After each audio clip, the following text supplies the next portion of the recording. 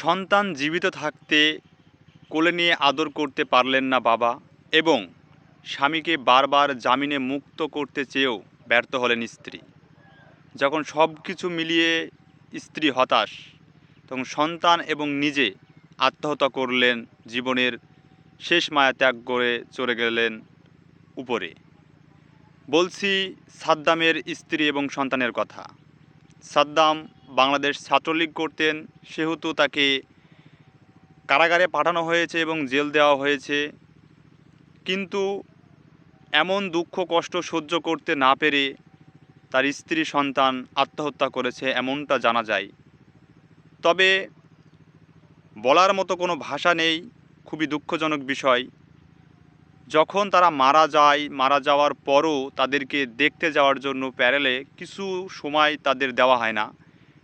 যখন না দেওয়া হয় তখন পরিবার থেকে সিদ্ধান্ত নেওয়া হয় লাশ ওই সাদ্দামের সাথে দেখা করবে। আসলে বিষয়টি কিভাবে বলবো জানি না, তবে খুবই দুঃখজনক যে বিষয়টি।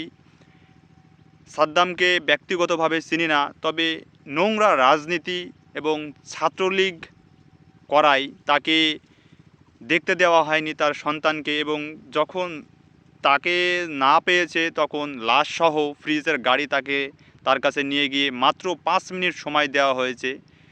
সেই সময়ে নীরবতা সহকারে সে শুধু দু চোখ ভরে দেখেছে, কোনো উত্তর, কথা, চিৎকার কিছুই করেনি।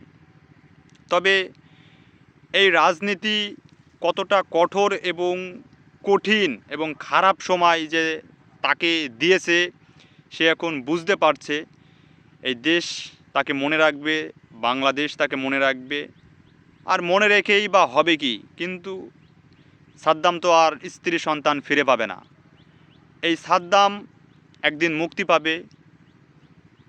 সরকারের উচিত ছিল সাদ্দামকে কিছু সময়ের জন্য তার পরিবারের সাথে দুমুঠো মাটি তার সন্তান এবং স্ত্রীর কবরে দেওয়ার, কিন্তু পারল না সে দিতে।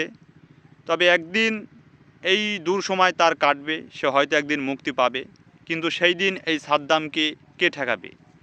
সাদ্দাম তো এর প্রতিশোধ নেবেই একদিন।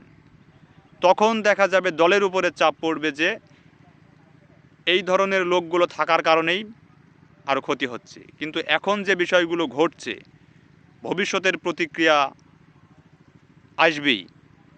তবে এই প্রতিহিংসার রাজনীতি যদি চলতে থাকে, দেশকে কখনো সংস্কার করা সম্ভব নয়। দেশ সংস্কার করতে হলে সবাই কাঁধে কাঁধ মিলিয়ে রাজনীতি করতে হবে, দেশকে উন্নতি করতে হবে।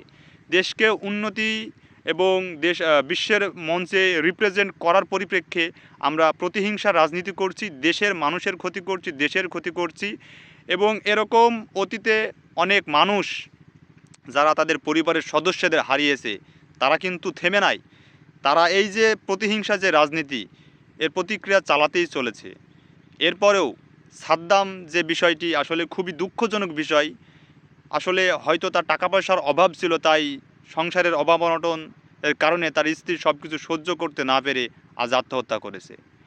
তবে তাদের সন্তান স্ত্রীর আত্মার মাগফিরাত কামনা করছি, এবং এর জবাব সাদ্দাম একদিন নিবে। তবে হয়তো ফিরে পাবে না তার সংসারের এই যে ছোট্ট শিশুটি এবং তার স্ত্রীকে। মনে রাখবে জাতি এই সাদ্দামের অসহায় এবং কষ্টের দিনগুলি।